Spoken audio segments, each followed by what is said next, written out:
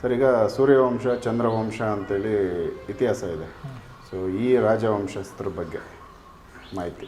ಇವರು ಏನಾಯ್ತಲ್ರಿ, ಸೂರ್ಯವಂಶ ಅಂದ್ರೆ ಸೂರ್ಯನಿಂದ ಬಂದವರು, ಅಂದ್ರೆ ಸೂರ್ಯನಿಂದ ಹುಟ್ಟಿದವರು. ಚಂದ್ರವಂಶ ಅಂದ್ರೆ ಚಂದ್ರನಿಂದ ಹುಟ್ಟಿದವರು. ಇವರು ಸಂತತಿ ನಮ್ಮ ದೇಶ ಆಳ್ಕೊಂಡು ಬಂದವು. ಸೂರ್ಯನಿಂದ ಏನಪ್ಪ ಅಂದ್ರೆ ಸೂರ್ಯವಂಶ ಹುಟ್ಟಿತು. ಸೂರ್ಯವಂಶ ನಮ್ಮ ಭಾರತ ಅಷ್ಟ ಆಳಿಲ್ಲ. ಈಜಿಪ್ಟ್ ಅಂತ ಒಂದು ದೇಶ ಬರುತ್ತೆ, ಅದಕ್ಕೆ ಹಳೆ ಕಾಲದೊಳಗೆ ಮಿಸ್ರ ದೇಶ ಅಂತ ಹೇಳ್ತಿದ್ರು. ಆ ಮಿಸ್ರ ದೇಶ ಆಳಿದವರು ಸೂರ್ಯವಂಶದವರು. ಅಂದ್ರೆ ಒಂದು ಸರ್ತಿ ಸೂರ್ಯ ಬ್ರಹ್ಮಲೋಕಕ್ಕೆ ಹೋಗಿದ್ನಂತ. ಅದಕ್ಕೆ ಅಲ್ಲಿ ಏನೋ ಒಂದು ಸ್ವಲ್ಪ ಸಣ್ಣ ತಪ್ಪಿಗೆ ಬ್ರಹ್ಮದೇವರು ಶಾಪ ಕೊಟ್ಟರು, ನೀನು ಏನಪ್ಪ ಅಂದ್ರೆ ಮ್ಲೇಂಚ ಜಾತಿ ಒಳಗೆ ಜನ್ಮ ತಗೋ ಅಂತ. ಹೀಗಾಗಿ ಸೂರ್ಯ ಮಿಸ್ರ ದೇಶದೊಳಗೆ ಹುಟ್ಟಿದ. ಯಾವಾಗಿದು ದ್ವಾಪರ ಯುಗ ಮತ್ತು ಕಲಿಯುಗದ ಸಂಧಿ ಟೈಮ್ನಾಗ ಆಗಿದ್ದ ಕತೆ. ಹೀಗಾಗಿ ಅಲ್ಲಿ ಮಿಸ್ರ ದೇಶದೊಳಗೆ ಸೂರ್ಯ ಹುಟ್ಟಿದ ಮ್ಯಾಗ ತನ್ನ ಸೂರ್ಯ ಒಂದು ಸಂಪ್ರದಾಯ ಮತ್ತು ಒಂದು ಸೂರ್ಯನ ಒಂದು ಪರಂಪರೆ ಚಲವಾತ. ಅಲ್ಲಿರುವಂಥ ರಾಜರನ್ನ ಫೇರೋಗಳು ಅಂತ ಹೇಳ್ತಾರೆ. ಹೌದು. ಹೀಗಾಗಿ ಅಲ್ಲಿ ಪಿರಮಿಡ್ಗಳ ನಿರ್ಮಾಣ ಆದವು. ಹೌದು. ಅದು ಎಲ್ಲ ಒಂದು ಸೂರ್ಯ ಲೋಕದ ಟೆಕ್ನಾಲಜಿ ಅದು. ಅಲ್ಲಿ ಏನೇನು ಬಿಲ್ಡಿಂಗ್ಗಳು ಆಗ್ಯಾವು, ಅಲ್ಲಿರುವಂಥ ಏನೇನು ಇಂಥ ವಿನ್ಯಾಸಗಳನ್ನು ಮಾಡಿ ಏನೇನು ಕಟ್ಟಡಗಳನ್ನು ಕಟ್ಟ್ಯಾರ, ಪಿರಮಿಡ್ ಕಟ್ಟ್ಯಾರ, ಮತ್ತೊಂದು ಮಾಡ್ಯಾರ, ಅದೆಲ್ಲ ಸೂರ್ಯ ಲೋಕದ ಒಂದು ಕೊಡುಗೆ. ಓಕೆ. ಅಲ್ಲಿರುವಂಥ ರಾಜರೆಲ್ಲ ಸೂರ್ಯನಿಂದ ಹುಟ್ಟಿದವರು, ಅಂದ್ರೆ ಸೂರ್ಯನ ಸಂತತಿಯವರವರು. ಅಲ್ಲಿ ಮುಂಚೆ ಸೂರ್ಯ ಅಲ್ಲಿದ್ದಾಗ ಅಲ್ಲಿ ಸಂಸ್ಕೃತ ಮಾತಾಡ್ತಿದ್ರು.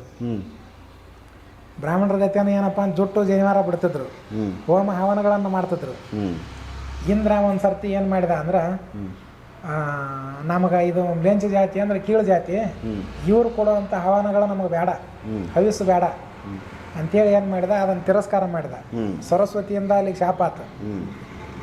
ಶಾಪ ಆದ ನಂತರ ಆ ಭಾಷೆ ಅನ್ನೋದು ಅಪಭ್ರಂಶ ಆಗಿ ಅದು ಮುಂದೆ ಸಂಸ್ಕೃತ ಅನ್ನೋದು ಮರಿಯಾಗಿ ಗೊತ್ತು. ಅದು ಮುಂದೆ ಯಾವ್ಯಾವುದೋ ಭಾಷೆಗಳು ಹುಟ್ಟಿಬಿಟ್ವು. ಹಿಬ್ರು ಅಂತ ಆಯ್ತು, ಮತ್ತು ಇನ್ನು ಕೆಲವೊಂದಿಷ್ಟು ಇನ್ನೇನೇನೋ ಭಾಷೆಗಳು ಅದಾವ ಅಲ್ಲಿ, ಅವೆಲ್ಲ ಭಾಷೆಗಳಾಗ್ಬಿಟ್ವು. ಮತ್ತು ಅಲ್ಲಿದ್ದಂಥ ಒಂದು ಸೂರ್ಯ ಧರ್ಮ ಕ್ರಮೇಣ ನಾಶ ಆಗಿ ಹೋತು. ಮುಸಲ್ಮಾನರು ಬರೋ ಹೊತ್ತಿಗೆ ಪೂರ ನಿರ್ನಾಮನ ಆಗ್ತದ.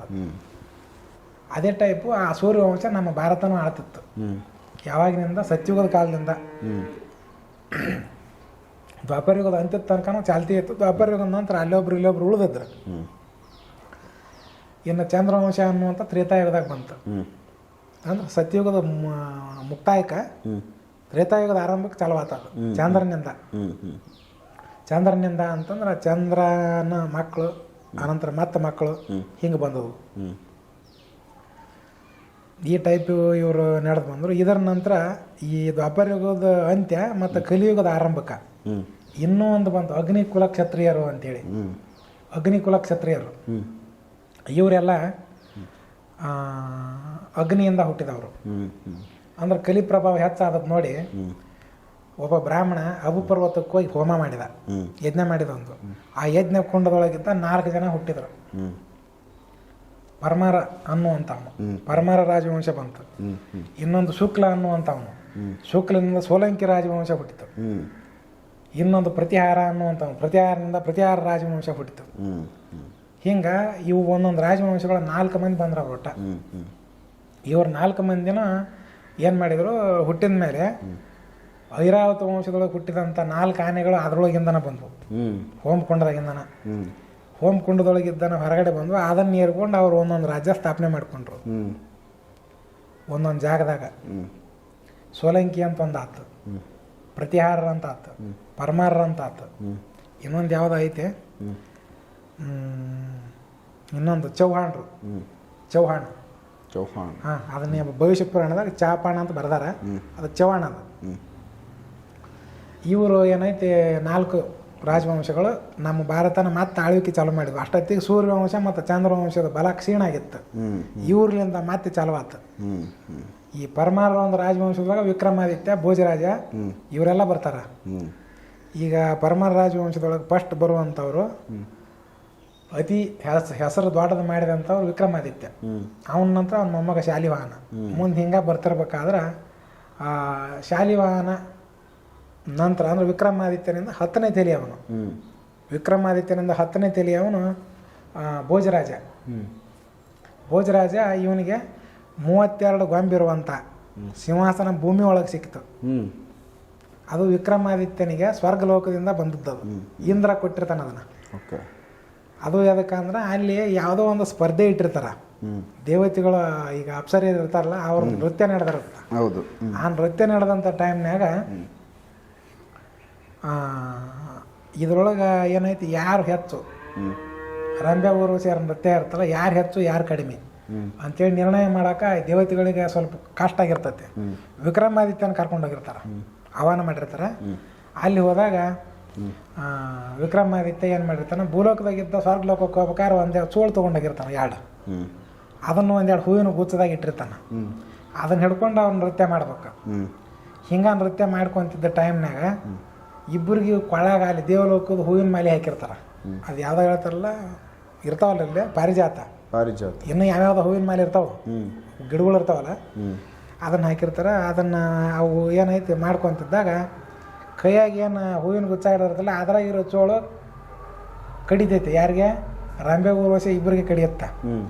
ಊರ್ವಶಿ ಕಡ್ದದ್ದನ್ನು ಪ್ರಜ್ಞೆ ಅಲ್ದ ಆಕೆ ನೃತ್ಯ ಮಾಡ್ತಿರ್ತಾಳೆ. ಈಕೆ ಅದನ್ನು ಒಗಿತಾಳೆ.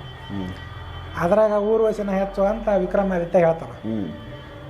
ಮತ್ತು ಇದು ಕಡ್ದದ್ದು ಪ್ರಜ್ಞೆ ಅಲ್ದ ನೃತ್ಯ ಮಾಡ್ತಾಳೆ, ಮತ್ತು ಈಕೆ ಹೆಚ್ಚು.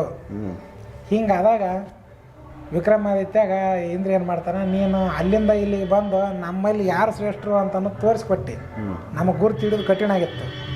ಮುಂದೆ ಇಂದ್ರ ಏನು ಮಾಡ್ತಾನೆ, ಇಂದ್ರ ವಿಕ್ರಮಾದಿತ್ಯನ ಒಂದು ಬುದ್ಧಿವಂತಿಕೆ ನೋಡಿ 32 ಗೊಂಬಿರುವಂಥ ಒಂದು ಸಿಂಹಾಸನ ಕೊಡ್ತಾನೆ. ಅದರ ಮೇಲೆ ವಿಕ್ರಮಾದಿತ್ಯ ಕುಂತ್ಕೊಂಡು ರಾಜಭಾರ ಮಾಡ್ತಿರ್ತಾನೆ, ತೀರ್ಪುಗಳನ್ನು ಹೇಳ್ತಿರ್ತಾನೆ. ವಿಕ್ರಮಾದಿತ್ಯ ಗತಿಸಿ ಹೋದ್ಮ್ಯಾಗ ಆ ಸಿಂಹಾಸನ ಏರಿಸುವಂಥ ಸಮರ್ಥರು ಯಾರೂ ಇರೋಂಗಿಲ್ಲ. ಅವಾಗ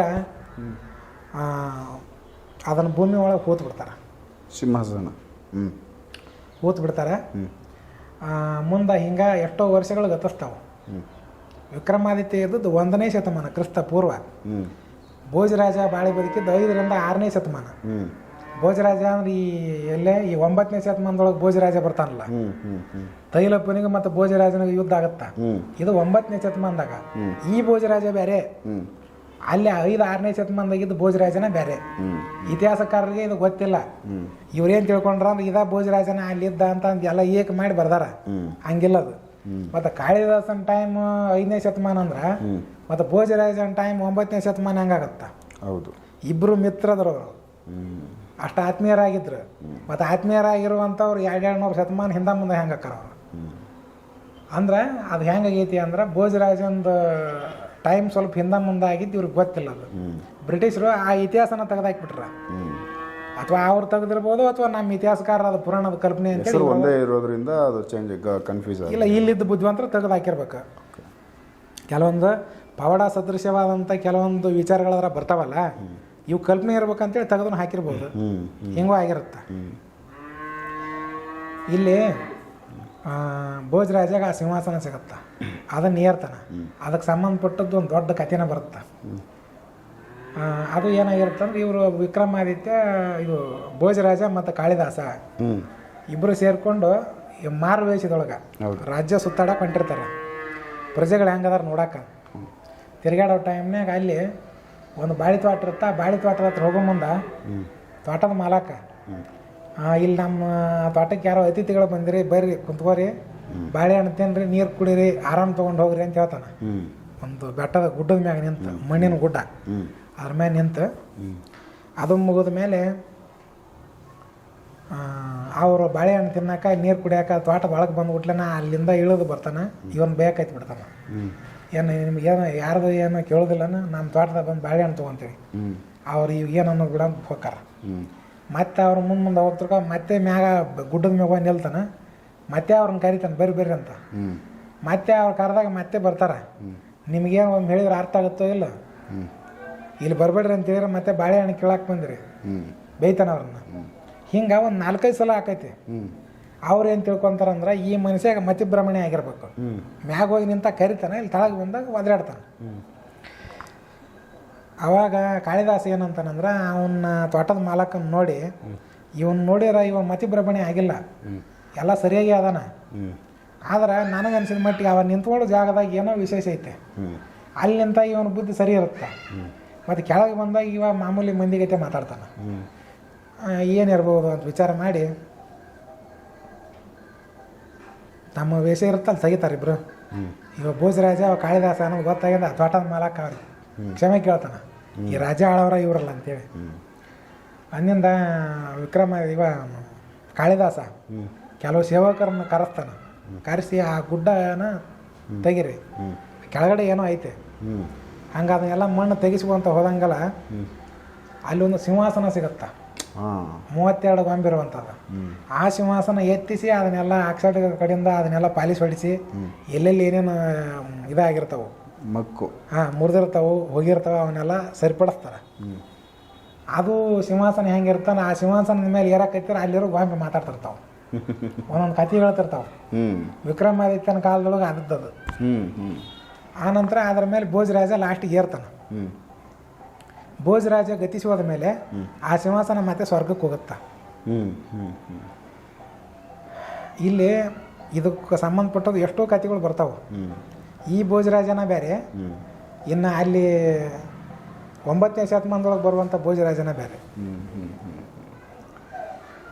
ಇದು ಪರಮಾರ ಒಂದು ರಾಜವಂಶದೊಳಗೆ ಬರುವಂಥವ್ರು ಏನದಲ್ಲ ಇವರೆಲ್ಲ ಬರ್ತಾರೆ. ಈಗ 9ನೇ ಶತಮಾನದೊಳಗೆ ಬರುವಂಥವ್ರು ಪರಮಾರ ವಂಶದವರು ಅವರು. ಆದ್ರೆ ಮೂಲ ಒಂದು ರಾಜ್ಯದಿಂದ ಬಂದ ರಾಜ ಸಂತತಿ ಅಲ್ಲ. ಆ ರಾಜ ಸಂತತಿ ಕಲ್ಪಸಿಂಹ ಅನ್ನುವಂಥ ಕೊನೆಯ ರಾಜ ಬರ್ತಾನೆ. ಯಾವಾಗ 6-7ನೇ ಶತಮಾನದೊಳಗೆ ಅಲ್ಲಿಗೆ ಆ ಸಂತತಿ ಮುಕ್ತಾಯ ಆತ. ಮುಂದೆ ಅವು ಮಕ್ಳು ಇರಂಗಿಲ್ಲ.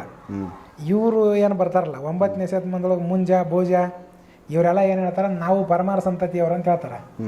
ಆದ್ರೆ ಇವರು ಮೂಲ ಒಂದು ರಾಜನಿಂದ ಬಂದ ಒಂದು ಸಂತತಿ ಅಲ್ಲಿದು. ಈಗ ಚಿಕ್ಕದೊಡ್ಡಪ್ಪನ ಮಕ್ಕಳು ಅವರು ಮಕ್ಕಳು ಮರಿ ಹಿಂಗೆ ಸೈಡ್ ಆಗಿರ್ತಾವಲ್ಲ, ಆ ಟೈಪ್ ಇದ್ದವ್ರೆ ನಾವು ಅವನ ಸಂತತಿ ಅಂತ ಹೇಳ್ಕೊಂಡು ಹೊಸದಾಗಿ ರಾಜ್ಯ ಸ್ಥಾಪನೆ ಮಾಡ್ಕೊಂಡು ಬರ್ತಾರೆ. ನಮ್ಮ ಇತಿಹಾಸಕಾರರು ಏನು ಮಾಡ್ಯಾರಂದ್ರೆ ಈ ಒಂದು ನಂತರ ಬಂದಂಥವ್ರನ್ನ ಪರಮಾರ ರಾಜವಂಶದೊಳಗೆ ಬಂದವರು ಅಂತ ಅದನ್ನ ಮೂಲಕ್ಕಿಟ್ಟು ಬರ್ಕೊಂಬಂದಾರ. ಇವ್ರಿಗೆ ಅಲ್ಲಿ ಗುರುತಾಗಿಲ್ಲ ಅದು. ಹೀಗಾಗಿ 9ನೇ ಶತಮಾನದಿಂದ 12-13ನೇ ಶತಮಾನ ತನಕ ಬಂದು ಮುಂದೆ ಆ ವಂಶ ಮಾಯ ಆತ, ಕಣ್ಮರೆ ಆತು ಅಂತ ಹೇಳ್ತಾರೆ. ಇವಿಷ್ಟು ಒಂದು ಸೂರ್ಯವಂಶ ಚಂದ್ರವಂಶ ಈ ಥರ ಇಲ್ಲ, ಇದು ಅಗ್ನಿ ಕುಲ ಕ್ಷತ್ರಿಯರು ಏನು ಬರ್ತಾರಲ್ಲ ಅದರೊಳಗೆ ಪರಮಾರ ವಂಶಕ್ಕೆ ಸಂಬಂಧಪಟ್ಟಂಥ ಇತಿಹಾಸ ಇದೆ. ಹಿಂಗೆ ಇನ್ನೂ 3 ಬರ್ತಾವೆ, ಸೋಲಂಕಿ ವಂಶ, ಚೌಹಾಣ ವಂಶ, ಮತ್ತು ಇವು ಇನ್ನೂ ಬರ್ತಾವೆ ಪ್ರತಿಹಾರ ವಂಶ. ಇದ್ರ ಬೇರೆ ಬೇರೆ ಅದನ್ನು ಪುರಾಣ ತೆಗೆದು ನೋಡಿ ಹೇಳ್ಬೇಕಾಗತ್ತೆ. ಸೊ ಇದಿಷ್ಟು ವಿಚಾರಗಳು. ಹಾಂ, ಈಗ ಇನ್ನೊಂದು ಇಂಪಾರ್ಟೆಂಟ್ ವಿಡಿಯೋ ಮಾಡೋಣ. ಹಾಂ.